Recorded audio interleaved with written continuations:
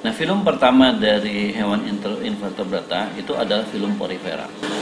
Film porifera ini sering pula disebut sebagai kelompok spons, ya. Jadi kelompok hewan spons. Nah, ini dianggap sebagai hewan yang primitif, yang masih sederhana gitu ya, sederhana atau primitif, karena dia tidak memiliki organisasi sel. Jadi dia hanya dianggap berupa sekumpulan sel yang bersama-sama tanpa ada organisasi dari sel itu sendiri. Nah, maksudnya tidak ada organisasi itu, dia sel-selnya tadi tidak memiliki struktur yang lebih struktur atau tingkatan yang lebih tinggi, misalnya jaringan maupun pada tingkat organ. Nah, jadi tidak ada, dia hanya punya sel-sel, kumpulan dari sel-sel tanpa organisasi untuk fungsi-fungsi yang lebih khusus gitu ya. Diperkirakan film porifera ini mencapai 9.000 jenis. Jadi jenisnya ini cukup banyak ya. Apa ciri-ciri dari porifera atau spons ya? Nah, jadi film porifera ini ciri-cirinya yang pertama adalah tidak memiliki organisasi sel, baik itu berupa jaringan maupun organ, itu dia masih belum ada.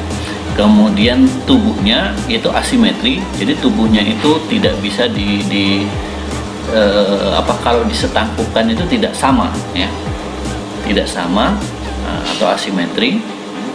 Kemudian bisa juga ada beberapa itu yang tubuhnya simetri radial, jadi bisa asimetri atau simetri radial. Nah, simetri radial ini bisa disetangkupkan dari berbagai sisi, lebih dari 2 sisi ya, itu disebut dengan simetri radial.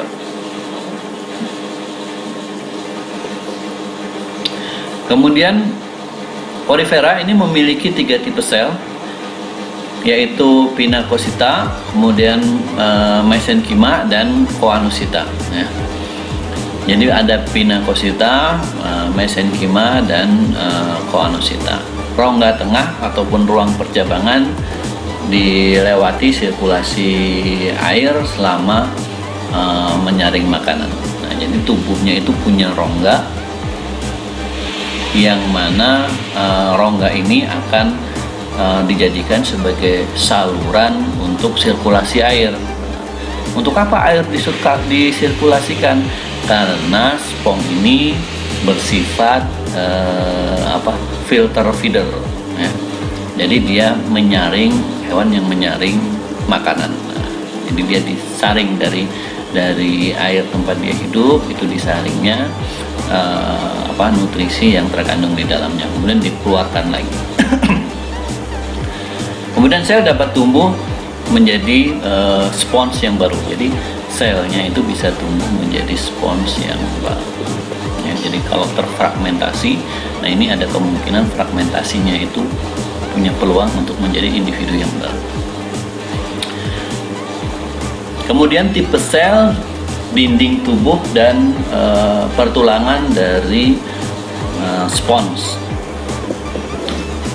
Nah, jadi tubuhnya itu adalah tadi dikatakan sebagai hewan yang sederhana ya. Dianggap hanya seperti koloni atau sekumpulan dari sel tunggal, jadi tidak punya spesialisasi yang khusus. Misalnya kalau pada hewan ada sel otot gitu ya, kemudian ada sel saraf, ada berbagai macam sel menyatu itu atau berkumpul itu membentuk jaringan. Tapi kalau ini dia hanya tersusun saja tanpa ada fungsi yang khas atau fungsi yang khusus. Nah, pada bagian luar ini terdapat sel yang disebut tadi pinakosita atau pinakosit ya. Ini tersusun di permukaan luar. Ini berupa sel yang tipis ataupun pipih atau datar di bagian permukaan dari spons. Kemudian beberapa spons memiliki pinakosit yang terspesialisasi seperti tabung. Nah, jadi ada beberapa spons, tidak semuanya berarti ya, ada beberapa spons punya pinakosit yang terspesialisasi seperti tabung. Ya, jadi dia memiliki bentuk yang khas seperti tabung. Nah, ini disebut sebagai porokosit. Jadi disebut sebagai porokosit kontraktil. Nah, jadi ada pinakosit dan ada porokosit. Berguna untuk sirkulasi air. Di bawah pinakosit adalah lapisan seperti jelly yang disebut dengan mesofil. Ini ada sel, ada mesofilnya di bawah dari pinakosit. Jadi pinakosit luarnya, ke dalamnya ini ada mesofil. Kemudian spons juga memiliki sel amoeboid, sel yang aktif bergerak. Ini disebut dengan mesenkim. Disebut dengan mesenkim. Ini bergerak di dalam mesofil tadi, di ruang tengah tadi ya, di ruang tengah dari dinding tubuh tadi. Nah, ini mesofil dan berperan dalam reproduksi. Nah, nanti perannya ini adalah saat reproduksi, kemudian dia juga berperan dalam sekresi elemen skeletal atau pertulangan. Kemudian dia juga berperan dalam transport dan menyimpan makanan. Kemudian berperan juga dalam membentuk cincin kontraksi. Kemudian spons juga memiliki sel khusus yang disebut dengan koanosit atau sel polar. Ini tersusun di bagian bawah mesofil. Jadi paling luar tadi ada pinakosit, kemudian di tengahnya ini ada mesofilnya, baru pada bagian dinding dalam ini, nah ini ada yang namanya koanosit. Nah, koanosit ini punya flagela, punya flagela, kemudian ada kolarnya ya, ada lehernya atau cincinnya ya. Nah, ini umumnya berperan sebagai tadi feeder itu ya, untuk menyaring dari makanan tadi. Nah, kemudian sebagai pelindung, pada spons ini punya yang namanya spikula. Ini menyokong bagian luar sebagai pelindung.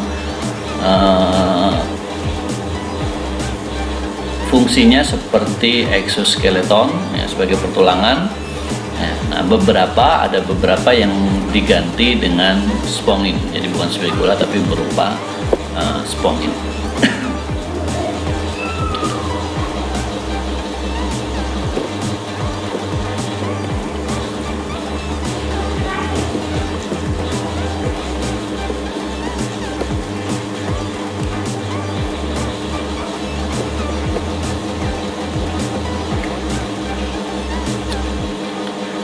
Nah, ini adalah